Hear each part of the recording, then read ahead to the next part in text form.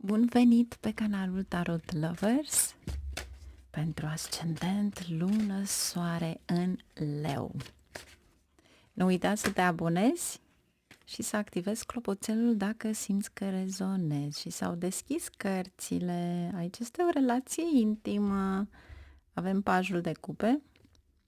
Deci prima săptămână, aici sunt cărțile.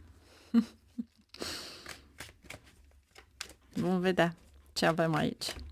A doua săptămână, asul de monede. A treia săptămână, 9 de spade. A patra săptămână, eremitul. Iar aici avem 5 de monede. Cineva trebuie să se abțină de a cheltui bani. 8 de cupe și 4 de bâte. Deci, cu alte cuvinte, nici nu te îndatorezi, dar nici nu iei bani de la altcineva pentru orice proiect aveți voi de făcut. Pentru că optul ăsta de bâte, de cupe, vă spune de fapt să vă feriți.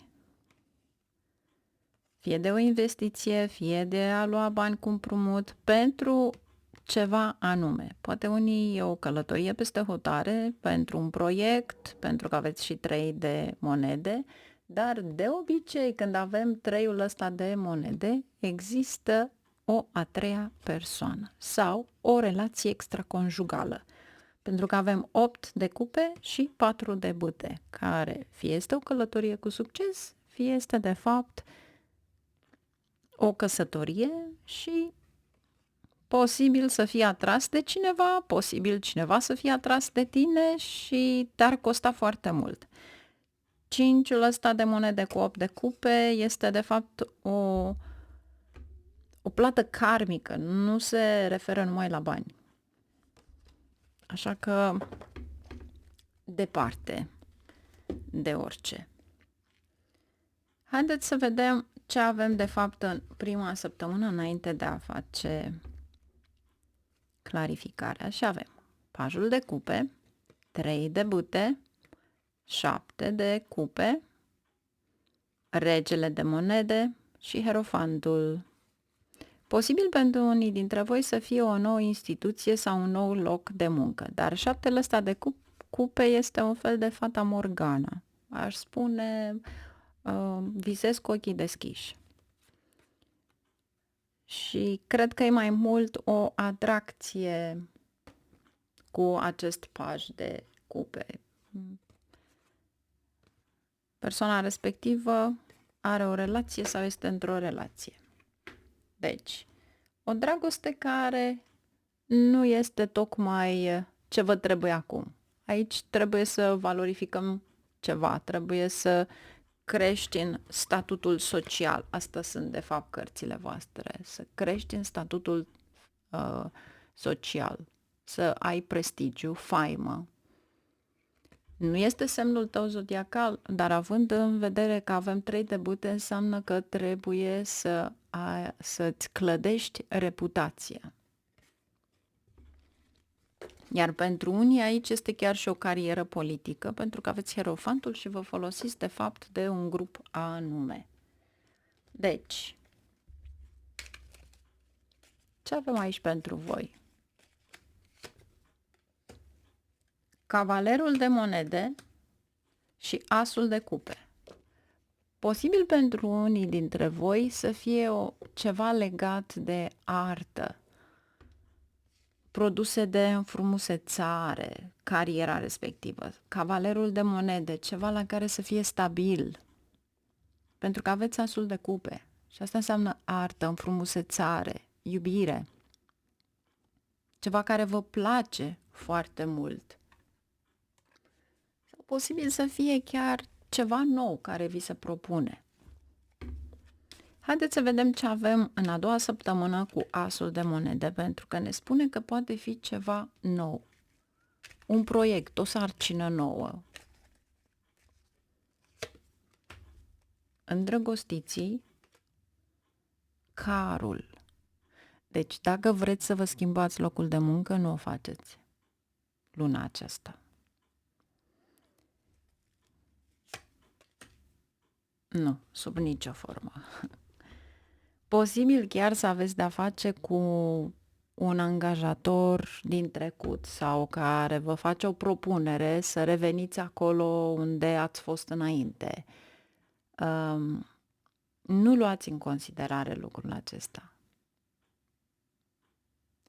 Nu numai locul de muncă, dacă eventual este și o locație diferită. Nu.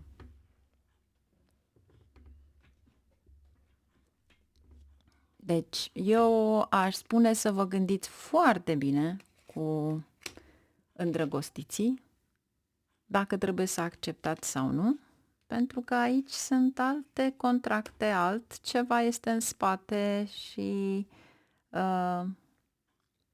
vi se propune acest lucru pentru că a pierdut un om de nădejde. Dar karmic așa este. Vedeți voi, din momentul în care ne naștem, toată harta noastră prinde viață de la prima răsuflare. Și tot ce are de-a face cu cariera voastră, cu schimbările în carieră, tot are de-a face cu Saturn. A treia săptămână avem 9 de spade, 7 de cupe. Deci vă gândiți să vă schimbați locul de muncă, să nu o faceți și nu vă faceți vise pentru că nu veți reuși cu nimic. Deci asta îmi spun cărțile, voi faceți ce doriți. Dar dacă eventual aveți niște întârzieri, știu eu, la un proiect anume, aveți răbdare. Aveți răbdare, pentru că se va finaliza, treiul ăsta de cupe va aduce abundență, treiul ăsta de cupe e un fel de, vine cu idei noi, deci aveți un pic de răbdare și veți vedea că lucrurile vor merge bine.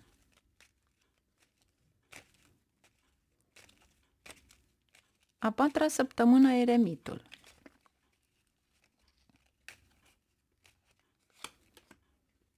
Șase de monede și pajul de cupe. Folosiți talentul vostru, felul de a fi, în a face bani. Poate unii dintre voi veți vinde ceva ce ține de artă. Deci ceva se va întâmpla aici. Poți primi o creștere salarială. Poți investi niște bani în ceva în care, știu eu, poate ați aflat de ceva care este profitabil, dar în general să știți că sunt imobiliarele, de unde poți într-adevăr să scoți un alt venit. Dar am senzația că sunt mai multe proiecte odată care pot să aducă bani. 5 de monede. Turnul, 2 de bâte, echilibru. Iar aici încă o dată 5 de monede.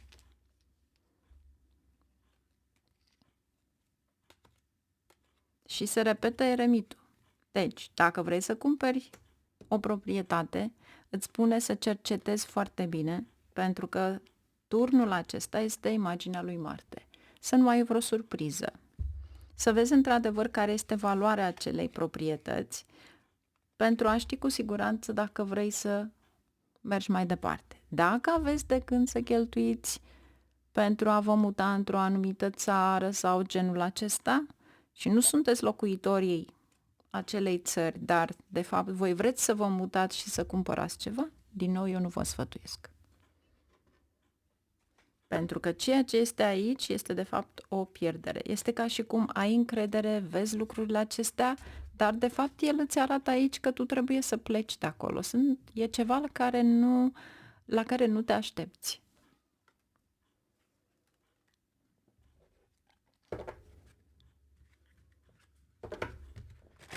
Este opusul la ceea ce te gândești. Și 5 de monede nu este numai ceva la care investești și pierzi bani. Este și investiția, da, timpul tău ca om, poate. Fie într-o relație, fie în ceva în care tu știi că până la urmă ești singur. Vedeți, eremitul îți spune. Așa că scopul pe care îl doriți, îl aveți, afacerea pe care doriți să o faceți, ar fi bine să o puneți în practică, pentru că cu siguranță până la sfârșitul lui iulie veți avea mari surprize. Bune. 6 de monede vorbim. 10 de toamnă. Deci îți spune din nou să fii foarte atent la bani și bineînțeles să pui bani deoparte. 7 de primăvară, fii asertiv. Asta înseamnă că trebuie să fii acolo pentru tine și nu pentru alții. Și regina de toamnă, generoasă, practică, grațioasă, dar trebuie să fii pentru tine. Deci, ca să fii pe acest loc, pe acest tron,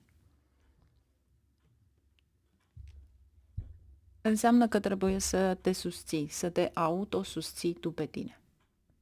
Nu lăsa pe alții să-ți facă treaba ta sau nu lăsa pe alții